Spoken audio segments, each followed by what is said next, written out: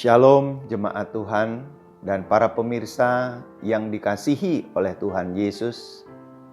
Kali ini kita berjumpa di dalam pesan pastoral di mana saya berikan tema berkat-berkat dari Allah sebagai sumber pengharapan kita.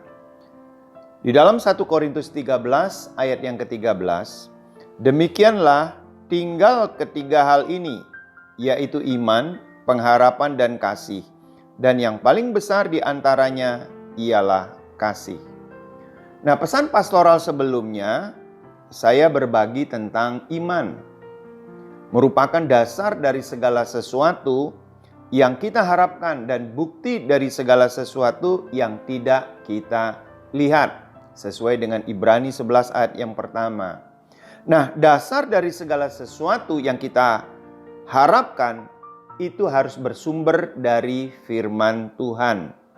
Di dalam Roma 10 ayat yang ke-17, jadi iman timbul dari pendengaran dan pendengaran oleh firman Kristus. Selain bersumber dari firman Tuhan, maka pengharapan kita akan sia-sia. Seperti pengharapan kepada kekuatan diri sendiri dan juga manusia. Contohnya harta, kedudukan, karir, pendidikan, relasi, orang lain, itu semua akan sia-sia. Saudara yang dikasihi oleh Tuhan, di dalam keadaan resesi yang diakibatkan oleh pandemik COVID-19, letakkan pengharapan kita itu kepada yang benar. Yang benar adalah kepada Allah sebagai sumber pengharapan kita. Di dalam Roma 15 ayat yang ke-13, semoga Allah sumber pengharapan memenuhi kamu dengan segala sukacita dan damai sejahtera dalam iman kamu, supaya oleh kekuatan Roh Kudus kamu berlimpah-limpah dengan pengharapan.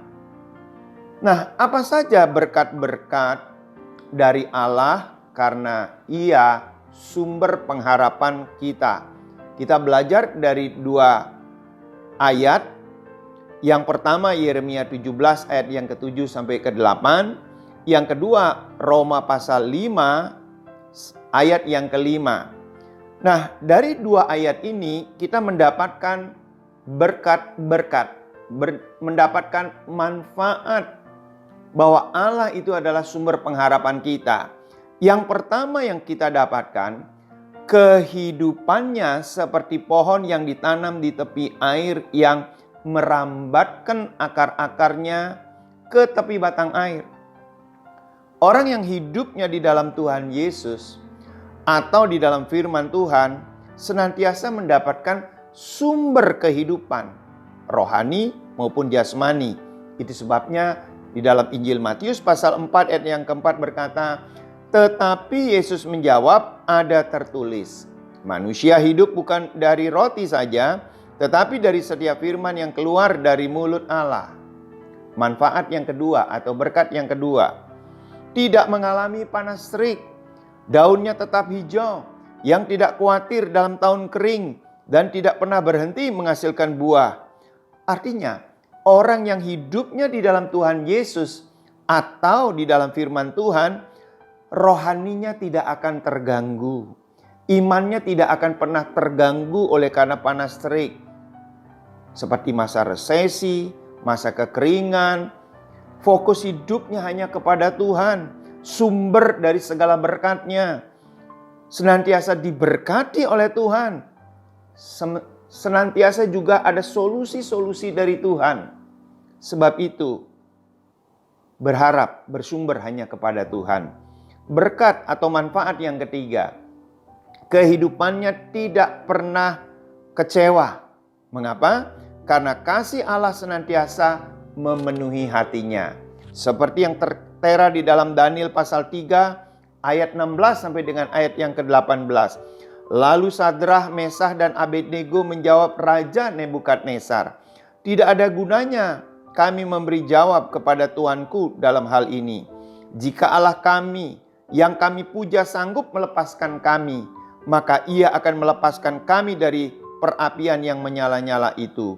Dan dari dalam tanganmu, ya Raja. Tetapi seandainya tidak, hendaklah tuanku mengetahui, ya Raja, bahwa kami tidak akan memuja dewa tuanku dan tidak akan menyembah patung emas yang tuanku dirikan itu. Dalam keadaan apapun juga, kalau sumber pengharapan kita dari Allah, maka kehidupan kita tidak akan pernah kecewa. Mengapa? Karena kasih Allah senantiasa memenuhi hati kita. Mari kita berdoa.